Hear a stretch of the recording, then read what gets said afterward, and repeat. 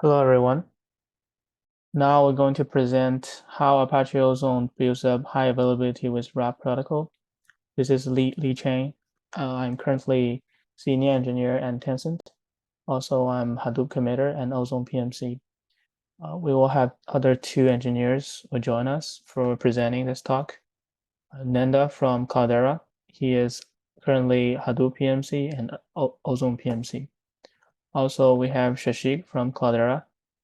He is currently Hadoop PMC, Ozone PMC, and Apache Redis PMC. Now, firstly, we're going to introduce what is Apache Ozone.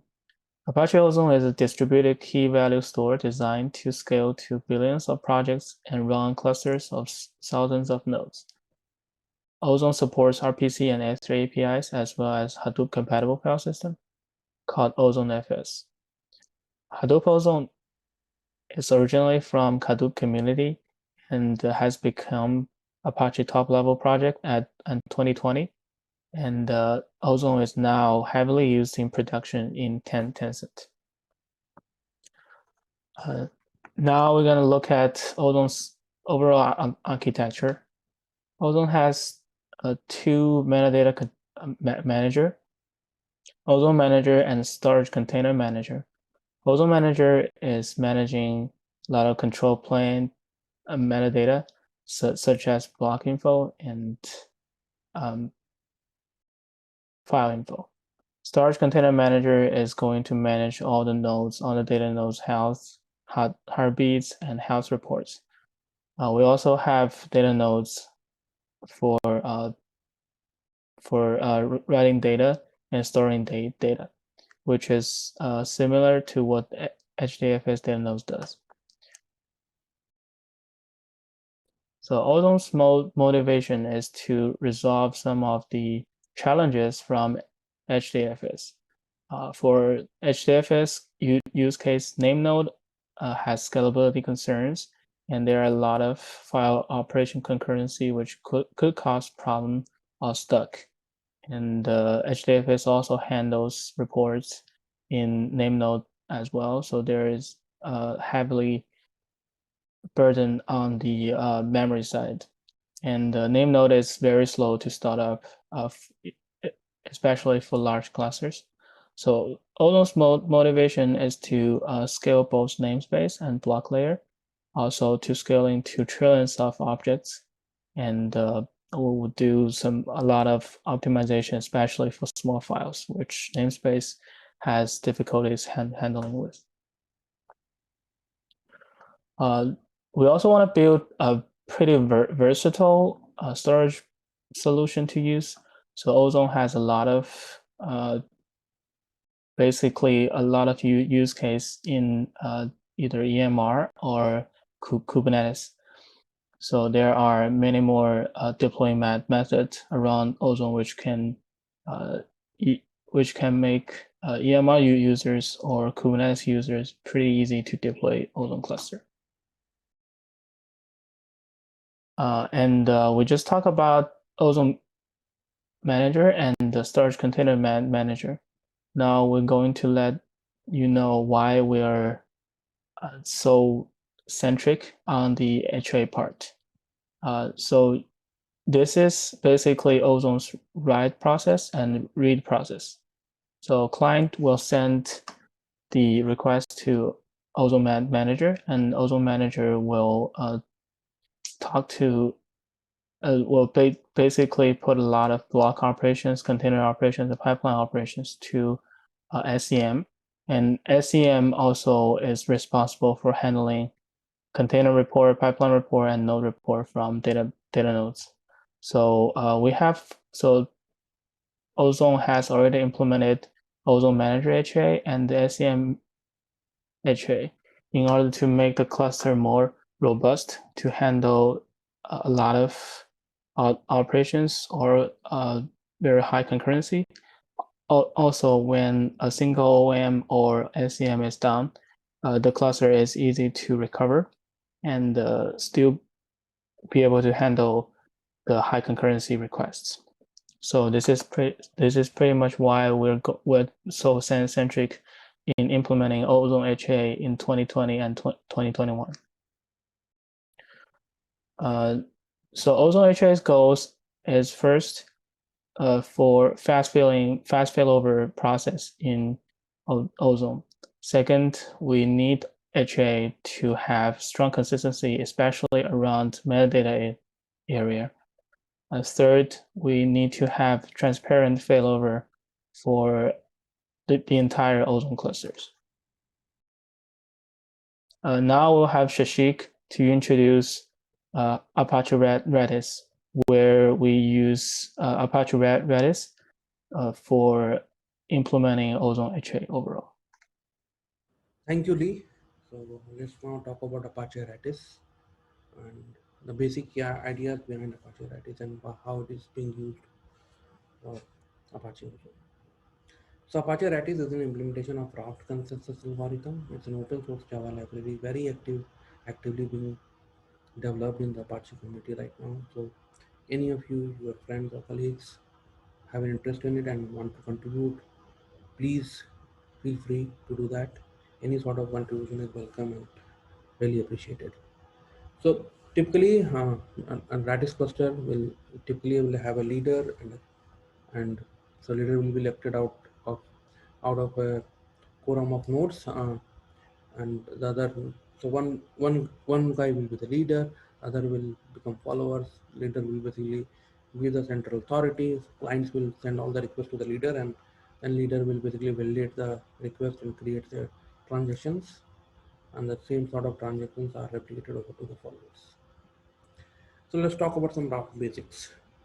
Typically, you will have a leader election mechanism where all the servers, when they start, they'll start as a follower, then randomly they'll become a candidate and start a leader election uh, mechanism where each of the candidates will become uh, a candidate. After becoming a candidate, will basically send out a request vote, and once a node gets majority of the votes, will become a leader, and other becomes followers. So, and I mean the next mechanism is it's called append entry mechanism, where typically what happens is when the client sends any request to the leader, leader will intercept that, validate the request, and then basically creates a log transaction, and it sends out the same sort of a request to the followers by a mechanism called append entry mechanism. So leader sends the append entries to the followers, followers acknowledge the append entry request from the leader, and in cases where there are no client requests coming, so leader sends out empty append entry request to the followers.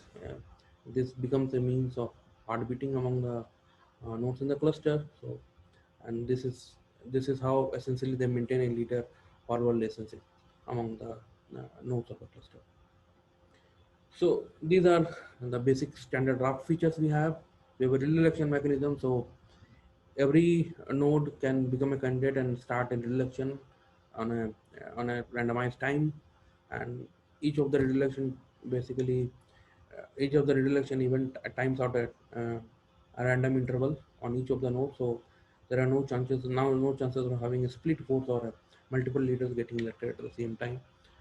So once a election is done, the leader basically accepts all the uh, client request, creates log transactions, and the same log is replicated to all the nodes in the servers. These servers will basically form a group called a Ratis group, which is defined by a Raft group ID. So in any point of time, there's one leader of a Raft group and others are followers. It supports membership changes, so you can basically reconfigure your cluster at runtime. You can bump up the priority of certain nodes. You can basically add a node, remove a node. The replication factor in terms of the number of uh, the number of participating nodes can be changed at runtime without any downtime. And also has a log compaction feature. So typically, you don't need to maintain the history of logs right from the beginning. A snapshot can be triggered periodically, which will basically keeps a point in time copy, and then every time when a node is added, it basically can send out a um, uh, can basically send out a request to catch up with the other nodes in the cluster. So leader can basically send out the complete snapshot of the the history of transaction which is has in terms of a single snapshot file. It doesn't need to basically send out a complete long log history to the newly added nodes. That is, as we discussed, it's very pluggable. It's a Java library. Any services which or any sort of application which needs to use Redis can load it as a library. It is a pluggable state machine model where typically applications can define their state machine according to their own conveniences. Uh, there's a very basic example of a key value map, and also there is an example of a file store in Apache Ratis. So to basically you can just go and try out that, and we'll see what sort of features Ratis brings into the table. It has a pluggable RPC model. User can provide their own RPC implementation. Um, I mean, default implementations are done in gRPC, native in Hadoop RPC, where gRPC gives you the complete implementation of a native client, and this is what is being used in Apache Ozone for metadata and data replication right now.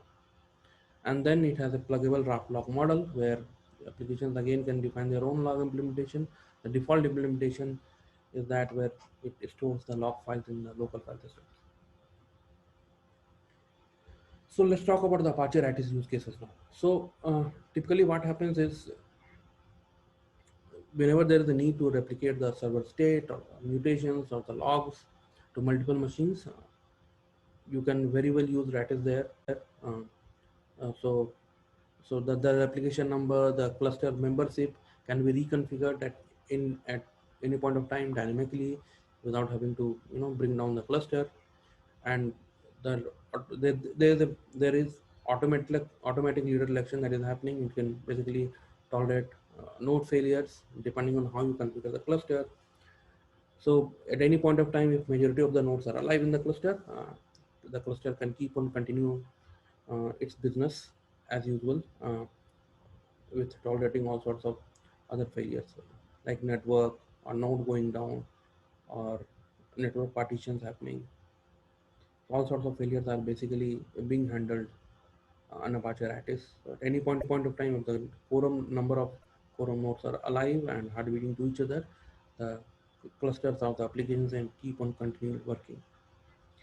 Or if you need a highly available service, so typically when a server falls, you need another server to take up the charge and sort of this and basically continue on the business. Apache Ratis is just for you. It can automatically does the leader election without any manual intervention, as I told you. So unless and until the quorum number of nodes, a minimum quorum number of nodes are alive and hard beating to each other, it can keep on working. And there's a Raft client which basically does an automatic failover to the right leader. So if you use that, you can very seamlessly keep on working. So these are the typical use cases which Apache Ratis has, and from now on, my colleague Nanda will take on, where he will describe about how Apache Ratis is being used internally in Ozone H architecture overall for Ozone Manager and Storage Container Manager. Over to you, Nanda. Thank you. Thank you very much. Thanks, Shashi. Coming to high availability of ozone, we have two master services which are single point of failure. To make ozone highly available, we have to implement HA for both ozone manager and storage container manager. Let us first look at ozone manager. Ozone manager is the namespace layer of ozone. It stores information about volume, bucket, and keys. These information are stored in RocksDB. Ozone Manager also does access control. If we want to have HA for Ozone Manager, we have to replicate volume, bucket, and key information in more than one machine.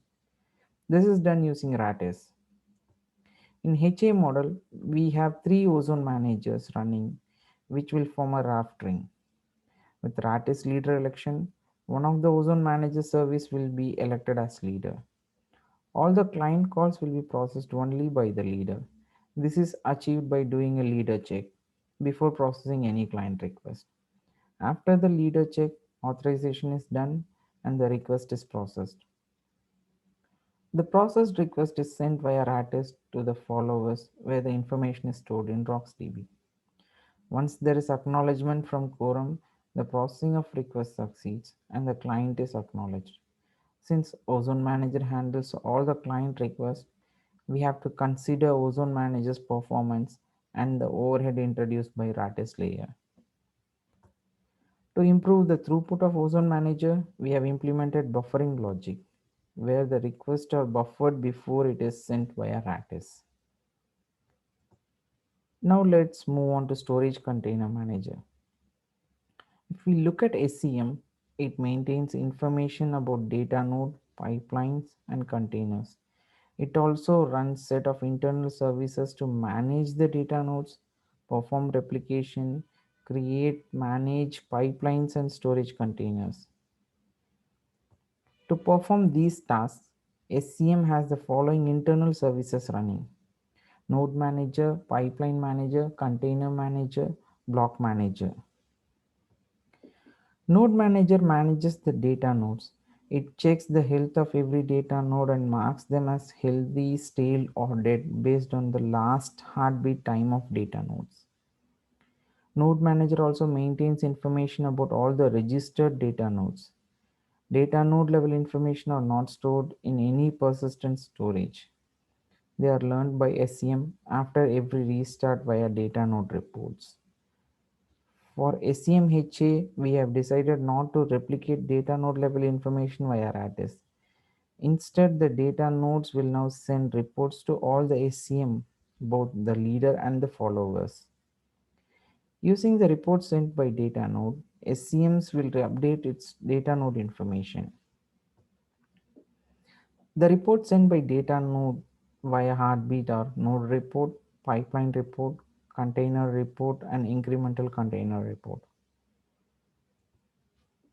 Pipeline Manager manages the data pipeline using which client reads and writes data to the cluster.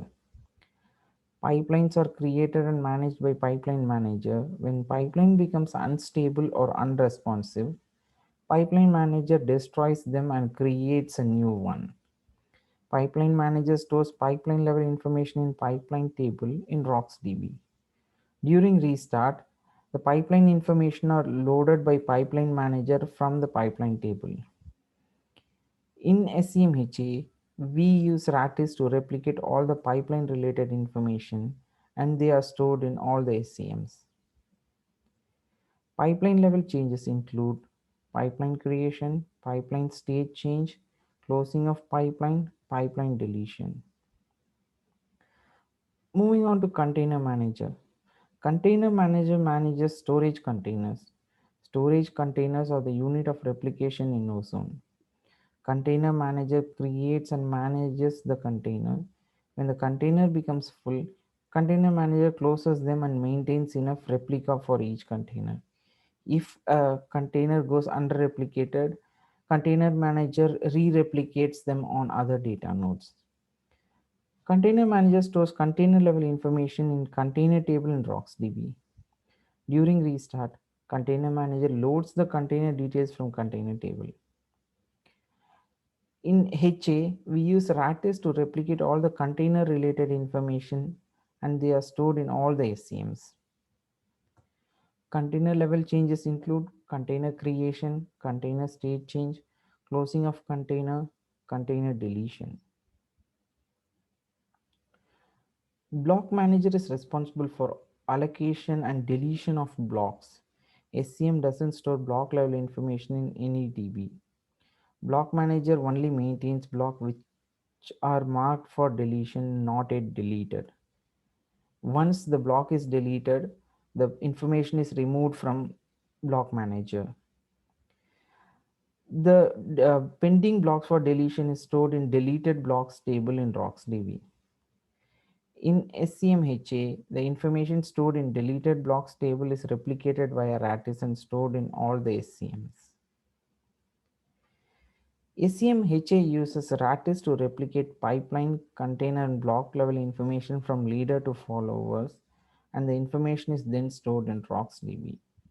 Node level information are not replicated. They are updated using data node reports, which is sent to all the SCMs. SCM also runs background services to manage the cluster. With HA, there are set of services which should only run on leader node. These are all the set of services which should only run on leader nodes. Replication service, block deletion service, pipeline creation service, node health service. When there is a failover, the new leader will start this service and the old leader will stop all these services. Ozone architecture with both Ozone Manager and Storage Container Manager HA. There will be 3 Ozone Manager and 3 SCM nodes. One will be leader and other 2 will be followers. The data node will report to all the SCMs and send reports to all the SCMs. At Tencent, they did a comparison of performance between SCM, non-HA and HA deployment. Here the master column represents non-HA SCM. While implementing HA, we decided to have a switch to bypass Ratis. This is only for performance testing. This mode is same as non-HA but exercises HA code path. That is the column next to the master column, bypass Ratis. If you look at the other 2 columns, single Ratis and ACMHA, single Ratis is single node Ratis and ACMHA is 3 node Ratis ring. If you look at the rows transaction per second and throughput, the impact of Ratis is not much. When the file size increases, there is no difference in throughput or TPS. That's all from us. Thank you all for your time.